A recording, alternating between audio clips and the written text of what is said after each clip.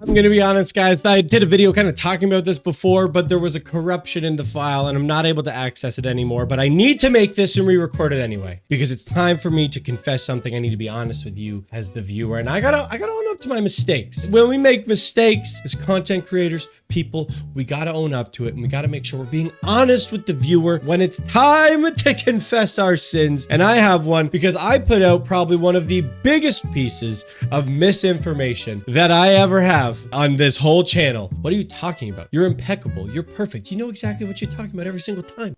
Answer!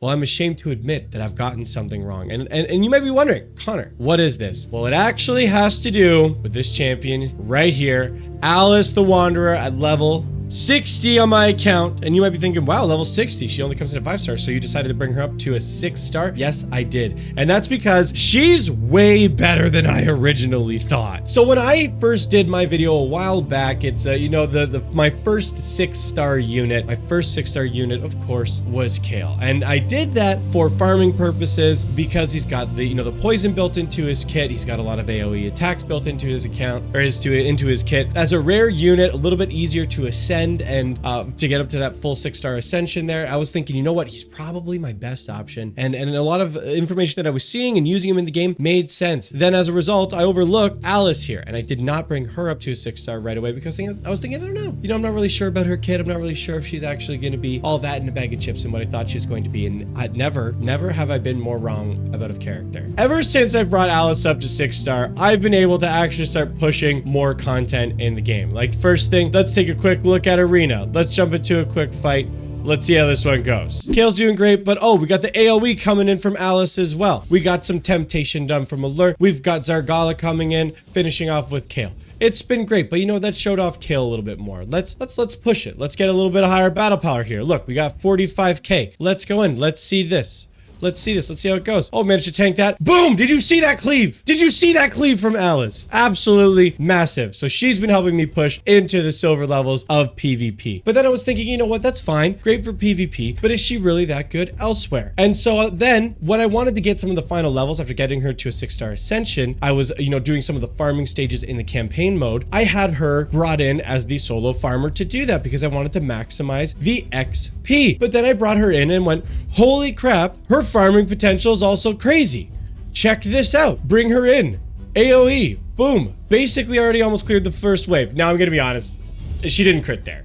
But she did the AoE again, did the full team. Got her second skill there, going in for the double slash. If you get the kill, you do a second slash. It goes through. Her clear times, at least for farming the campaign mode for me, is as good, if not better than Kayle, who I'd already put a ton of investment into. Anyway, now this was a little bit of a bad showcase, because I missed my crit rate there. But if she hits the crit on that first round, she basically clears first phase, clears second phase, comes in and cleans up the third phase without issue. So she's been helping me there too. I didn't realize that in her kit on her ascension, it gives a reset on her ability. I haven't even done her skills yet. I haven't leveled up any of her skills and she's still doing this. So right here on her passive, this is where it is. On the active effect, resets the cooldown of one of this champion's skills each time they kill an enemy, occurs once per skill. So when she comes in and she pops off with her Clockwork Cyclone, if she gets the kill on the phase, like on that first phase there, you get the full reset and you just go in and you pop it again a second time. It's just allowing for like such increased clears. But here's the thing, she's good in PvE, she's good for farming on the PvE content there. But again, she's basically good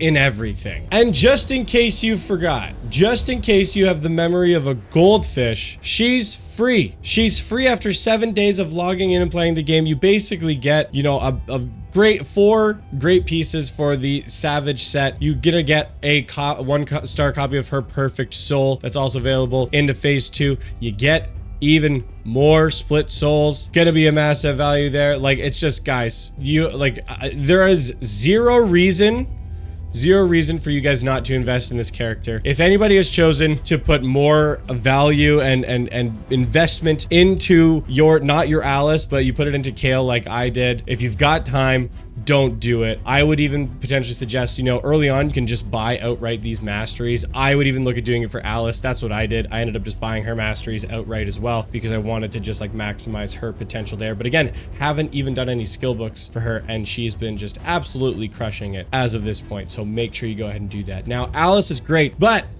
not every unit is great on their own, especially if they don't have a lifesteal set. In that case, you might be looking for a supporter. Now, if you're looking for a supporter, though, what I would suggest is look no further than in the Knights Revenant, the healer, Rector Drath. Why am I bringing up Rector Drath? You're thinking, I don't have her. Well, if you sign up with using my link in the description or in the pinned comment of this video, that's right, this video right here, you will actually get a free Rector Drath on your account. And remember, new users who reach level 15 will also get the Epic Champion Yugo, as well as 300,000 silver, XP barrel, and some additional magic potions to get you started. And again, built into her kit, she's got a heal, continuous heal added on there, perfect veil, but also adds in a revive built into the kit. Gonna make her great for both PvP and for PvE content. She's going to be a great supporter to go along with Alice when you're trying to push the early stages of your account. And guys, I cannot undervalue how good Alice is here. In the campaign mode for this game, now 2 full star cleared, normal, hard, and brutal, because I ran her and Kale together and they just swept the entire thing. I've started even pushing into Nightmare as of this point, but I wouldn't have been able to do that without getting Alice up to 2-star. I think on the later stages, I wasn't running Kale and Alice, I was running Demetha and Alice, so I had a little bit of that sustain, but after I activated that, I basically autoed the whole way every friggin' floor here. It was like no big deal. Alice is an insane value. Don't sleep on Alice. Make sure you're logging in every day for 7 days to get that free copy of Alice. But look, I've yapped your ears off enough. That's going to be it for this one, everybody. Thank you so much for watching. We'll see you next time.